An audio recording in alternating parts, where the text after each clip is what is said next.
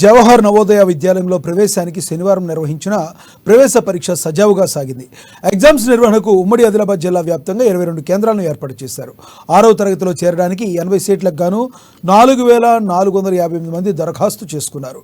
వీరికి ఉదయం 11 గంటల 30 నిమిషాల నుండి మధ్యాహ్నం 1 గంట 30 నిమిషాల వరకు పరీక్ష నిర్వహించారు. ఇందుకోసం విద్యాలయ ప్రిన్సిపల్ చక్రపాణి నేతృత్వంలో అధికారులు అన్ని ఏర్పాట్లు చేశారు.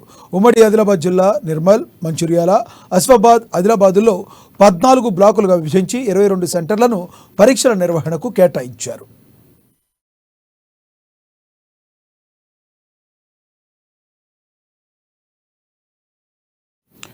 ఆదిలాబాద్లో 4 కేంద్రాలు ఏర్పాటు చేయగా నిమిషం ఆలస్యమైన పరీక్షకు అనుమతించబోమని నిబంధన పెట్టడంతో విద్యార్థులు ముందుగానే కేంద్రాలకు చేరుకున్నారు. పరీక్ష రాసే విద్యార్థులు తమ వెంట హాల్ టికెట్తో పాటు ధృవీకరణ పత్రం, ఆధార్ కార్డును వెంటకు తీసుకువెళ్లారు. తమ తల్లిదండ్రులతో కేంద్రాలకు చేరుకున్న విద్యార్థులు హాల్ టికెట్లను సరిచూసుకుని తమకు కేటాయించిన గదుల్లో కూర్చొని ప్రశాంత వాతావరణంలో పరీక్షలు రాశారు. అటు అవాంఛనీయ ఘటనలకు తావు లేకుండా పోలీసులు కేంద్రాల వద్ద బందోబస్తు ఏర్పాటు చేశారు.